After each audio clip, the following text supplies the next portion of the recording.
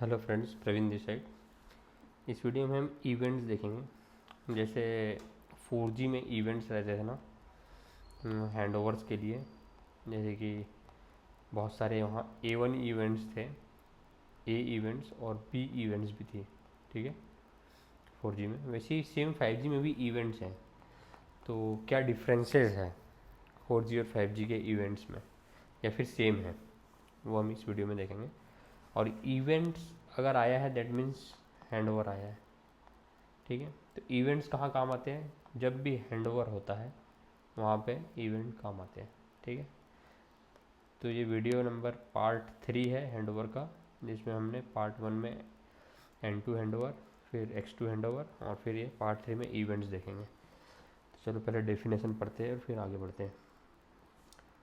सो 2G 3G 4G 5 में event सब में काम आते हैं। Mobility handover decision whether mobile device will be handover और not is taken by the base station based on the measurement report from the mobile device. So there are multiple measurement items RSRP, RSRQ, SINR and multiple ways periodic event triggered to measure the signal quantity of the signal cell and neighbor cells. So in ideal case a base station shall allow UE to report serving cell and neighbor cell signal quality and trigger the handover with signal measurement. But in practice it can create overload condition due to unnecessary ping pong handovers. So as solution to avoid such situation, 3GPP specification has proposed a set of predefined set of measurement report mechanism to be performed by the UE, and this predefined measurement report type is called event. So the type of event a UE have to report is specified by RRC signaling message sent by the base station. ठीक है, तो events इसलिए define किया गया है ताकि जो बार बार ping pong हैंडओवर्स हो या फिर अर्ली हैंडओवर्स हो विदाउट मतलब जज के नेटवर्क हो कि कैसा है कैसा नहीं। इसलिए इवेंट्स रोल में आया है कि ये इवेंट्स हेल्प करता है यूई को कि प्रॉपर तरीके से हैंडओवर हो। ठीक है, ताकि इंटरफेरेंस ना हो और यूई और नेटवर्क का बोथ का जो मतलब जो यूज़र एक्सपीरियंस है वो ख़राब ना हो। तो इवेंट देखो, event A1, A2, A3, A4, A5, A6 और B1, B2। ठीक है, तो इतने टोटल इवेंट्स हमारे पास हैं। ठीक है, 5G में। अब सेम ही है 4G में भी। और इवेंट A1 क्या काम करता है? Serving becomes better than threshold. A2 क्या काम करता है? Serving becomes worse than threshold. Event A3 क्या काम करता है? Neighbour becomes offset better than SP cell. SP cell मतलब स्पेशल सेल। स्पेशल सेल दो को मिला के होता है। ठीक है, एक मास्टर नोड और एक सेकेंडरी नोड, दोनों को मिला के क्या होता है? SP सेल होता है। सो इवेंट A5 क्या काम करता है? Event A4 become neighbour becomes better than threshold. Event A5 क्या करता है? Special cell becomes worse than threshold 1 and neighbour becomes better than threshold 2। तो इवेंट A6 क्या करता है? Neighbour becomes offset better than secondary cell. ये carrier aggregation में काम आ जाएगा क्योंकि यहाँ एस सेल आ गया।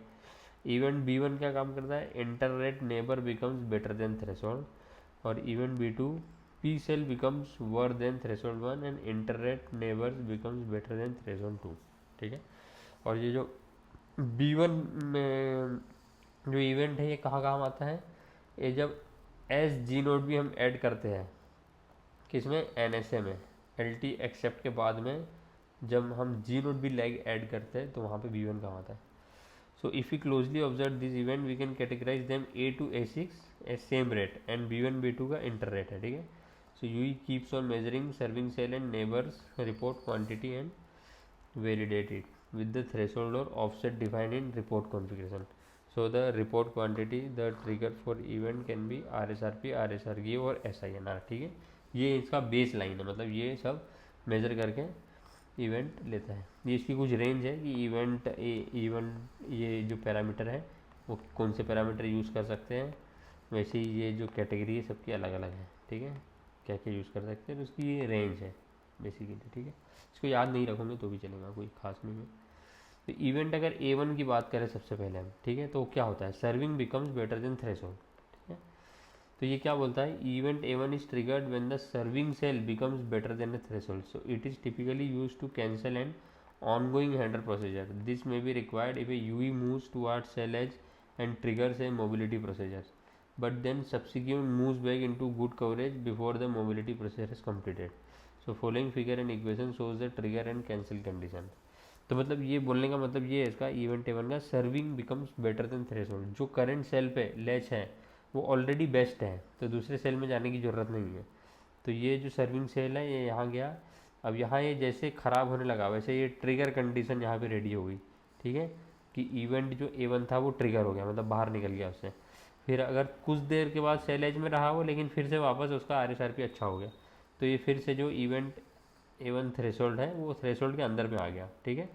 तो जो जो कंडीशन बन रही थी वो कैंसिल हो गई। पहले कंडीशन क्या थी, स्टार्ट हो गई थी लेकिन वो पुअर था जब, अब रिकवर होने के बाद में कैंसिल हो गया। अब ये टाइम टू ट्रिगर कंडीशन रहती है कि मतलब इतने टाइम में है आपको हैंडओवर का मतलब डिसीजन लेना है, ठीक है। और ये रिपोर्ट अमाउंट रहता है, ठीक है, कि कितने देर तक के ख़राब है नेटवर्क, ठीक है, कितने देर तक के नेटवर्क ख़राब है, और उसके बाद में डिसीजन लेके वो आगे बढ़ जाता है। लेकिन डिसीजन लेने से पहले ही वो उसका RSRP अच्छा हो गया, ठीक है। तो ये इवेंट A1 है। इवेंट A1 की आप मतलब वो एक डेफिनेशन पढ़ के देख सकते हैं ये। तो इसमें देखो क्या बोला है, MS is the measurement result of the serving cell, मतलब मेजरमेंट रिजल्ट को वो शॉर्ट फॉर्म में MS बोल रहे हैं, without taking any offset into account. So MS can be expressed in DBM in case of RSRP और in DB in case of RSRE और SINR। और जो हिस्टेरेसिस है, hysteresis is the parameter for even and experience in DB। So hysteresis is signal with in report config NR। अब ये जो value है report config NR, ये RRC connection रिकॉन्फ़िगरेशन का जो हिस्टेरेसिस वैल्यू है वो इस पैरामीटर के अंदर आएंगी, रिपोर्ट कॉन्फिग का पैरामीटर है।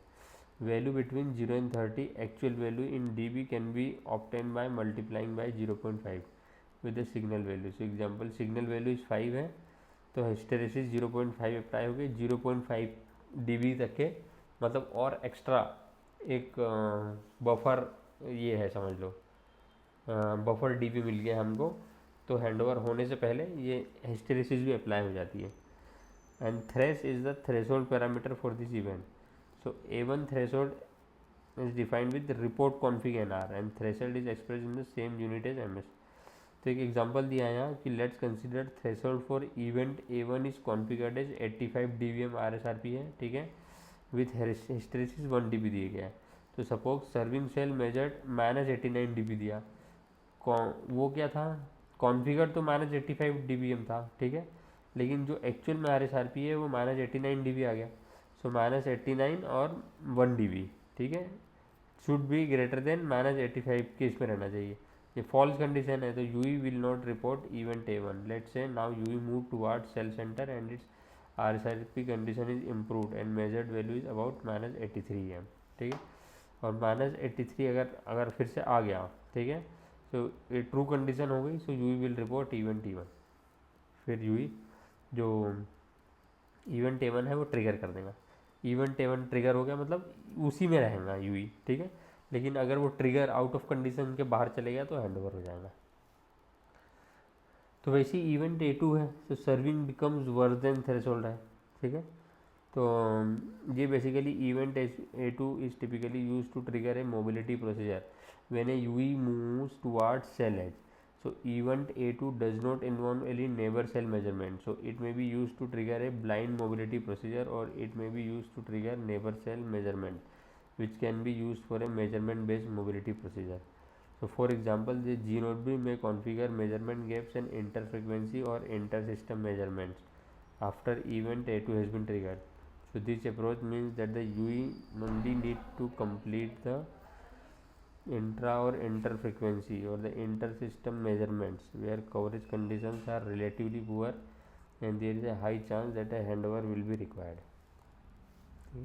ये इसका फिगर है, तो ये सर्विंग सेल है आप देख सकते हैं, और ये ख़राब हुआ यहाँ पे नीचे आके उसका, तो वो ट्रिगर कंडीशन बन गया इसका, और यहाँ पे फिर अगर ये इम्प्रूव हो गया तो कैंसिल हो गया।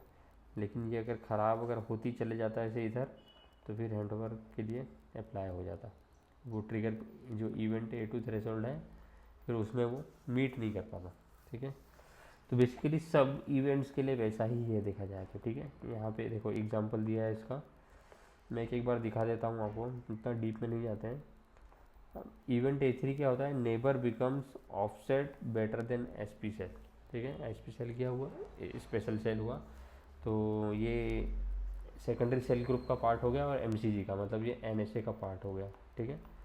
तो NSA में ये इवेंट कैसे काम करेगा, event A3 is triggered when a neighbor cell becomes better than a special cells by an offset, and special cell is a primary cell of either, दोनों का हो सकता है, MCG या SCG का दोनों का प्राइमरी सेल हो सकता है, क्योंकि SP सेल दो से बना है ना, MCG और SCG मतलब P सेल और PS सेल से बना है। So offset can be either positive और नेगेटिव। तो इस इवेंट में ये A3 ट्रिगर करेगा। So this event is typically use for inter frequency और inter frequency handover procedure.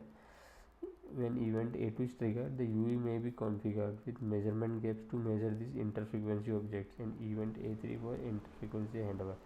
So event A3 provides a handover triggering mechanism based upon relative measurement result. Example, it can be configured to trigger when the RSRP of a neighbor cell is stronger than the RSRP cell, ठीक है। हम ज़्यादा नहीं पढ़ते, ये event A3 है, ठीक है।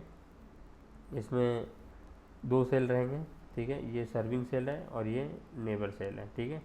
तो सर्विंग सेल का मतलब ये ख़राब होते गया और नेबर सेल अच्छा होते गया, ठीक है।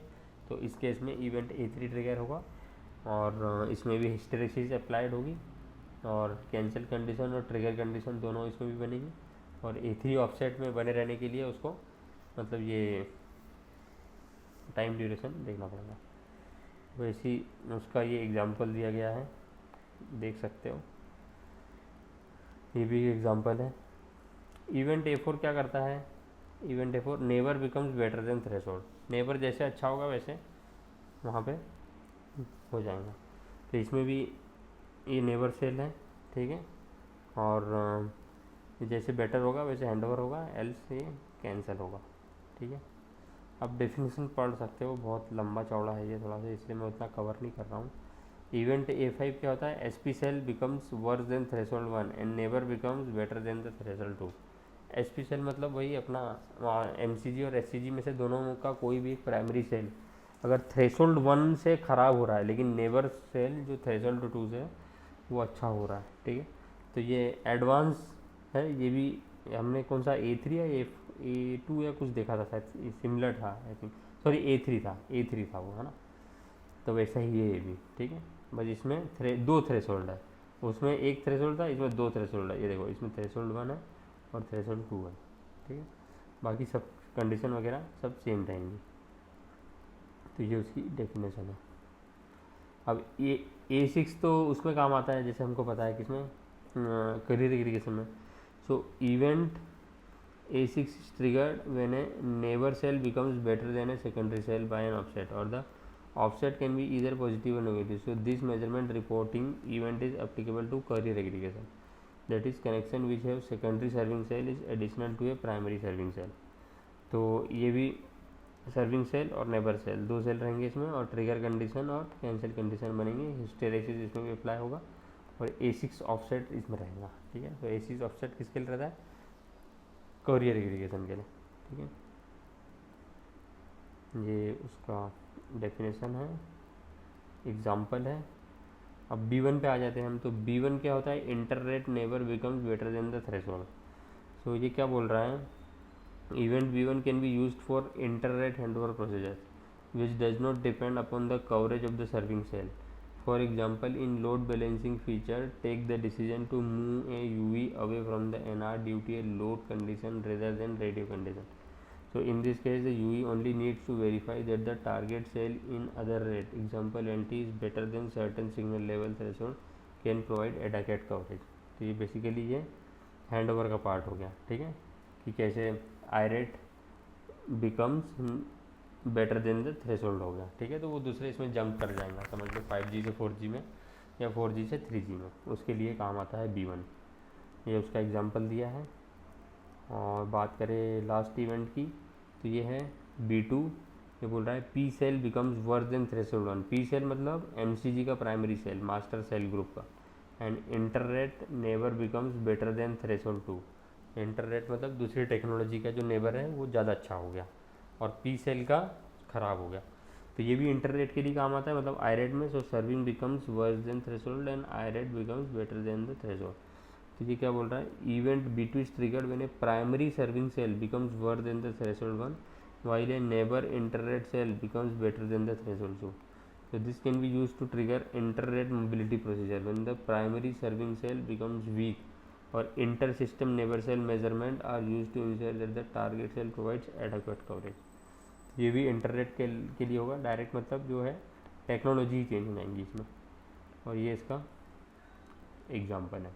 ठीक है, तो ये टोटल इवेंट है। मैं ज़्यादा डीप में नहीं गया, बस मैं आपको बताना चाह रहा था इवेंट ए से A1 A2 A3 A4 A5 A6 और B1 B2 ये 2 आई रेट के लिए। ठीक है, तो आप वीडियो को थोड़ा पॉज करके अच्छे से सब अगर डेफिनेशंस अगर पढ़ेंगे तो आपको और अच्छी क्लियर पिक्चर हो जाएंगी विद हेल्प ऑफ एग्जांपल।